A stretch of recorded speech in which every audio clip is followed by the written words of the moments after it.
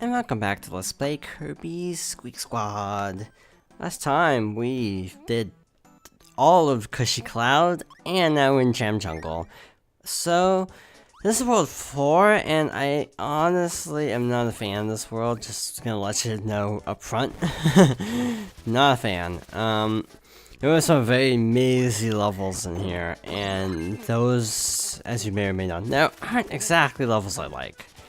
Nothing inherently wrong with mazes in video games, but I just feel like some of them in this world just devolve into pure trial and error, and thus it feels a little bit cheap. And this is a problem I have in many games, is when you basically have like two pathways and you just have to pick one at random and hope you pick the right one. I don't know, I just don't like that kind of thing. But we'll get into that a little bit later. First of all, we're starting off with a very straightforward jungly level. And we have a mini boss already against a really droopy looking dog. Ow. Okay, so this guy gives you like the throw power up, obviously. Should go without saying. Fighter. I thought it gave you the suplex. Oh well. Doesn't really matter, because both are just different bandanas, if you ask me. Very similar. Some of the attributes of the others tend to get meshed together. Like, I think it's actually not suplex, it's throw in this game. Because suplex was sort of integrated into fighter, if I'm not remembering wrong, which I probably am remembering wrong, knowing my luck. Slash memory. So you got laser again, so just bounce around. Pretty straightforward stuff. I think I despawned the lasers, what happened. But we're finally through. What else can I say about the game at this point? Yeah, I think this is when the game starts getting really difficult. In terms of finding everything, in terms of base completion, I mean, just, okay. In terms of finishing the game, nothing about this game is hard. Like, literally nothing. But I feel like this is the point where at least the completion aspects are getting a little bit tougher. So, not tough, mind you, but tougher. Gonna do this, because reasons. Because we need to run right in there and get the treasure chest. Which is behind this bush. I forgot if Doc would spin before, after grabbing the treasure chest, but I really wanted to make sure I didn't screw that up. Long story short. Let's Kirby do a little dance, and we have a bubble scroll, which gives a upgraded bubble attack, not too unusual. I mean, not too special. This is for 2, which is, I think, kind of a maze, though I may be confusing it. At least it's playing the ominous music, so... No, this is a different level that I'm thinking of. If we had the throw power, we could throw the Waddle Dee through the blocks and bypass that. But unfortunately, I don't like the power-up, so we're just gonna move on. I feel like this is the perfect opportunity to hide something, but they actually don't take that opportunity. Maybe because they already used that gimmick in Adventure plenty of times. But the whole hiding stuff behind the block that's slightly out of pattern trick. Cut that and climb. So, what else can I say? And in hindsight, I'm actually realizing the hubris of me being like, oh, I want to play every Kirby game because, well, I'm really terrible at Dreamland 2. Oh man, Dreamland 2 is not a fun game if you ask me. A lot of people like Dreamland 2. I am not one of those people. Simply put, I find it really obnoxious at parts. It's hard to even describe how much trouble I have with the game, but I have a lot of problems with that game. Not from like an, oh my god, this game isn't good standpoint, but like, this game is just really frustrating. The final boss against the spoiler and me took me so many tries on my first playthrough, it's not even funny. You can actually lose the treasure chest, I should also point out. You can downright lose it down a hole, so kind of keep that in mind. Okay, so we are in business. I think we might have missed one. I think I missed one on my practice run too. Nope, that's actually good. This is a different one that I missed. Something very similar mechanically. This is the one I was afraid of earlier, I think.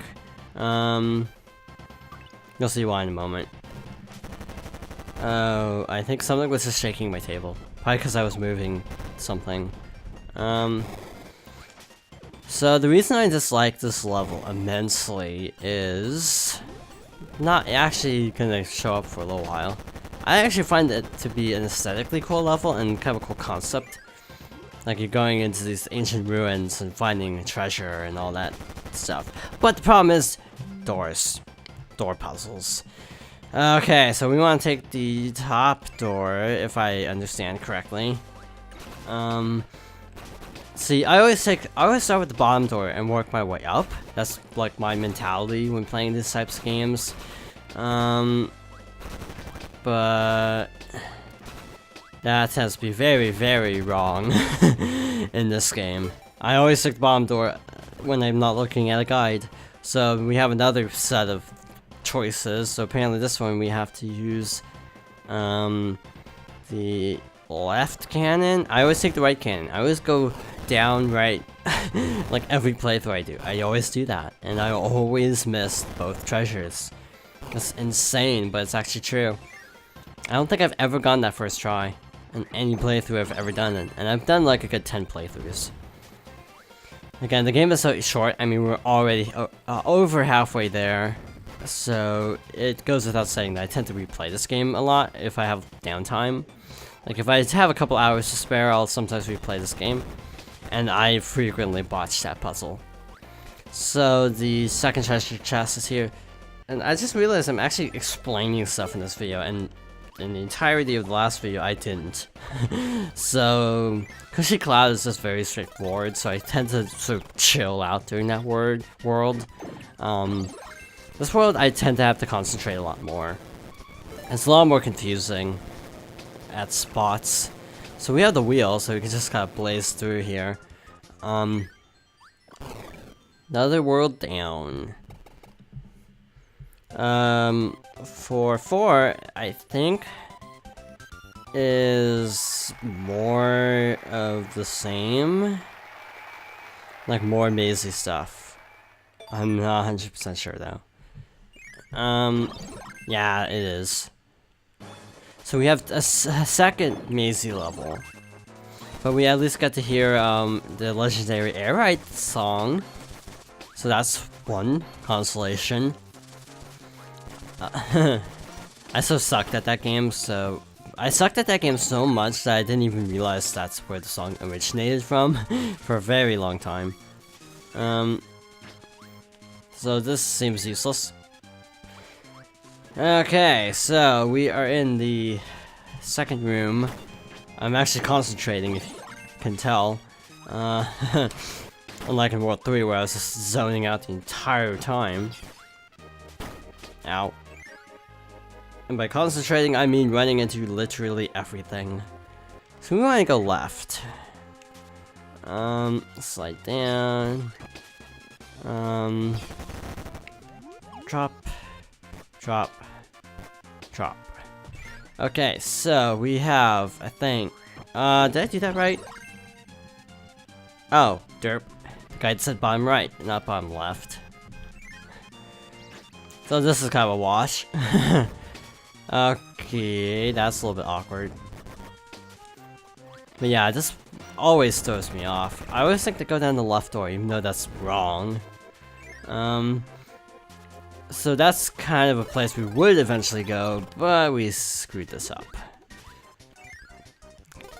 Yeah, the only way to quit out of a level before finishing it is to actually reset the entire game. Not even kidding. It is not a good sign choice, but it's one that pops up a lot in Nintendo games. Another example of that is It's the original Super Mario Bros. 3 for the, no, New Super Mario Bros. You can't quit out of a level until you finish it one time, which to me is stupid. Of course, then there's the obtuse saving system in that game as well, and then you just get a really cluttered game. So, yeah, you can tell I'm not, like, super enthusiastic for the new games. The Wii U launch title was actually pretty solid, but the others have some very questionable design choices. So don't expect a Let's Play of those anytime soon. Maybe someday, just not anytime soon, just because I don't really like the games a whole lot, and I'd have to find a way to actually LP them. Yeah, New Super Mario Bros. U is pretty solid, but the other games have very annoying parts in them. Specifically the original, because of the mini mushroom and mega mushrooms. Those are like the worst parts of both games, because I mean of those two games, not both games. Why did I say both? This is a race, and I'm botching because I hit the wrong direction on the D-pad. Okay, we made it. Those guys actually, you can't inhale, so I forgot to mention that sooner. So this loops back up to the top, and we are back to where we screwed up. I screwed up intentionally, actually, because once I missed the first treasure chest, I didn't want to do this part. I wanted to do everything on one run, except for the big treasure chest, because I didn't know if I could keep fire until then. It is harder than it looks to kill this guy with fire. Case in point, first death, which I don't know what happened there. Fire really isn't a good power for this boss because he flies. Like, sword would be so much more ideal, because then you kind of have to just jump and shoot at him, which is not the easiest thing when you can't move in midair. So do this, and then at least it takes a lot of damage from those. From those on projectiles. To me, the hardest part is just hitting them without a power-up. Okay, do that. That's a new move, if you're wondering. That's what the scroll lets you do. Not that special, to be honest. And we're in some upper room, where we actually need to be, so that's lucky for us, huh? I actually did need to show this level twice anyway, because there is actually a big thing that happens that's different depending on how you play the level. So now we need to go down this deal, and go up here, and by go up here I mean fall, apparently.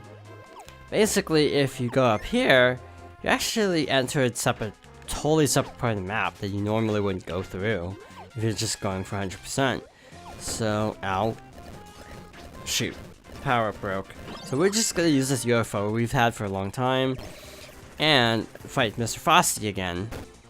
Bring up the argument also that, many debate his name, because some translations say his name is Mr. Flosty, others say Frosty.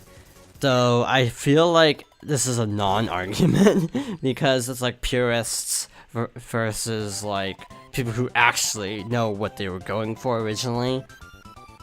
I mean, obviously Flosty was a mistranslation of Frosty, just because for some reason old games, they didn't seem to know when to translate R's to L's. Because there's no L in the Japanese language, so I feel like a lot of developers really botched the translations when it comes to that part. It's like, I don't know if there should be an L and R, even though it's a commonly found word. I just find it a little bit absurd, personally. So we're back to dramatic music. Nothing up there. You can just run. I think you can use bombs to shield yourselves, but I mean shield yourself from the falling boulders, but I'm not 100% sure about that. You can also use an umbrella, I know that works. For sure. This one, I think, is the one you want, yeah. If you drop below that line, I think it closes anyways, so you kind of want to be careful about that. Ow. I don't know, I'm just playing really badly today.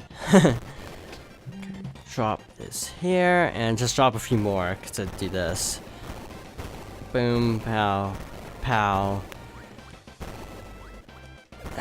I don't know. Also, one thing I wanted to point out is the sound quality is actually pretty solid for a DS game. Because a lot of DS games sound really tinny. But this game actually sounds pretty good. Just minor observation. Yeah. Oh, shoot. I forgot the boulder was there. Kinda bad when you forget a boulder's coming your way. This is kind of an ominous sign when you have lines of enemies being like, hey, pick me. You're gonna have to fight a boss soon. I'm not too worried. Because all we have to do is fight Spinny. Yeah, his name is Spinny. I should point out, not Sippy. Sippy is, I'm probably just me thinking of Animal Crossing because of Sipper T Bunny.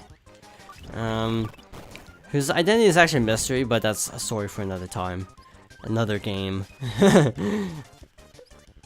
So, from here, all you have to do is fall. It's just free fall. Which is easier said than done because of all these ledges. You can go through the door and then do a little dance. Actually, fire yourself out of a cannon, then do a little dance. Gotta get the order right. Okay, we got a ice scroll, so that's the one I've been talking about the entire LP. 4-5 sucks. There's only one treasure chest, and it is a doozy to get. It is absolutely horrible. Horrible to get. Because what you have to do is raise this treasure chest to the bottom of this cavern. Which is easier said than done when you're trying to race against time. Especially if you decide to go with the other power-up and actually go with stone instead of electricity. With spark. So yeah, don't use stone for that, it's not fun. You can break through the metal blocks, but then your running speed is garbage. So it's kind of a double-edged sword. And we got the laser scroll, which lets you charge up the laser. Nothing too special. Okay, so you know the drill. If we give an overpowered item, might as well use it. Toss that, because I don't like stone. And we have our second mechanized boss. We have a giant mole thing. Not a mole thing, it's like a crab. I don't even know what this is called. This giant crab. That's all I know. And basically, one dynamic thing is, as you do more damage, it gets increasingly beat up. Ow. So we're done. Even the guide I'm looking at doesn't even say what the name of it is. Wow, that was World 4. That was actually relatively painless for World 4 standards. Mostly just because I looked up a guide for some of those. Wrong button. So now, what's next? It's Vocal Volcano, which is your obligatory lava world. It's not that bad though, if I recall correctly. So next time we'll be doing that. So thank you for watching. I hope you'll join me for that. For more Kirby Squeak Squad.